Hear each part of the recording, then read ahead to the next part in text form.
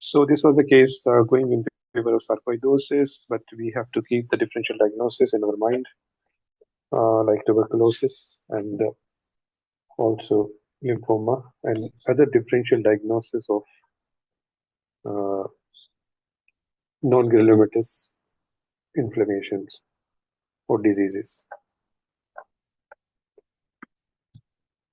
Like it could be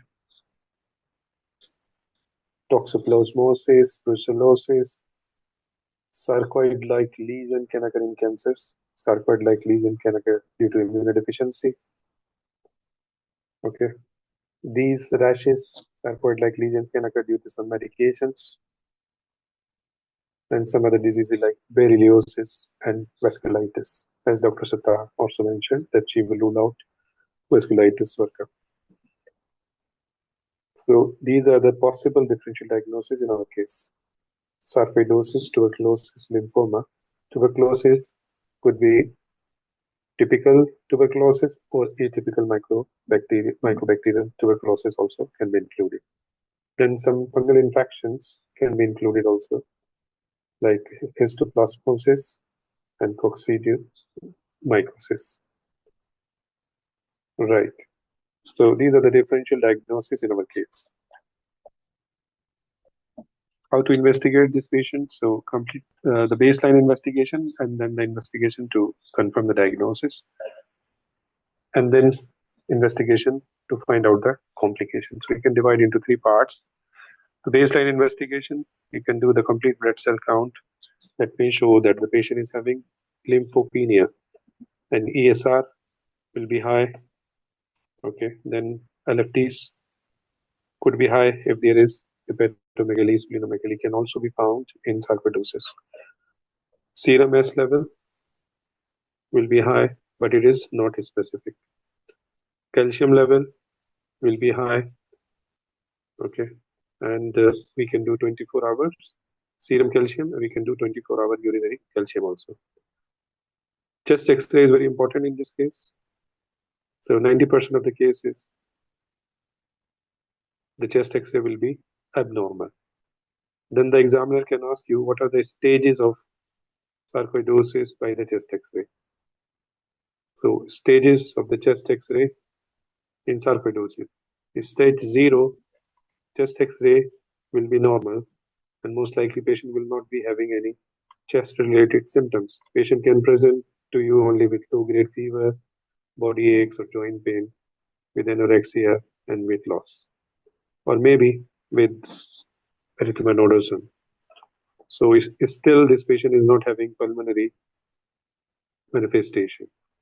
Stage 1, patient will be having bilateral hilar lymphadenopathy. Stage 2, there are two problems.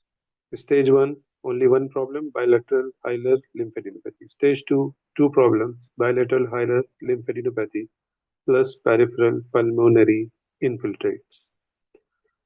Okay, so here there are pulmonary infiltrate. In stage 3, there will be pulmonary infiltrates alone. At that stage, the lymph node will disappear. Stage 4, this patient will have progressive upper lobe fibrosis. Okay, and initially fibrosis, then there will be changes in the next step. Patient can develop cystic changes, honeycombing, and sometimes pleura also involves. So patient can have pleuritic chest pain also. So these are the 4 stages of chest X-ray in sarcoidosis. Other investigations, we can do ECG to check for any arrhythmia or conduction abnormalities or any bundle branch block. Then the investigation related to pulmonary manifestation, it should be spirometry. It may be normal or it may show decreased lung volume. It can show restrictive pattern of defect. Okay.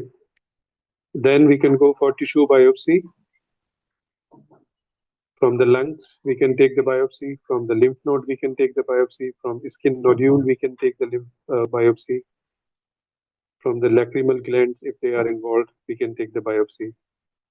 From the liver, we can take the biopsy. So the whatever the organ is involved and whatever the easiest one, we should take the biopsy. So the biopsy will be the diagnostic test and it will show non-caseating granuloma. Sometimes we can do bronchoalveolar lavage. It will show increased lymphocytes, and significance is it is present in active disease. So it will show that the patient is having active disease.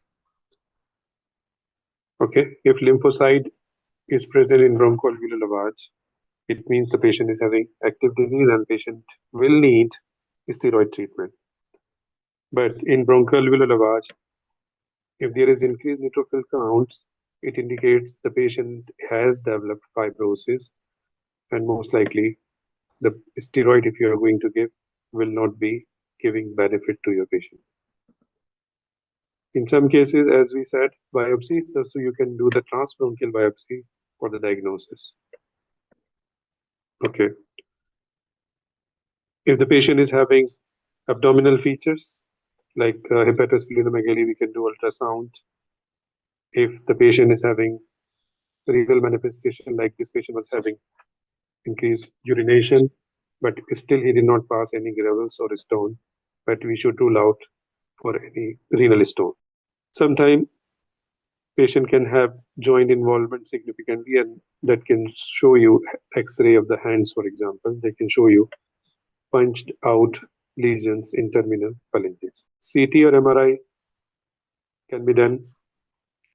It can assess the severity of the lung disease.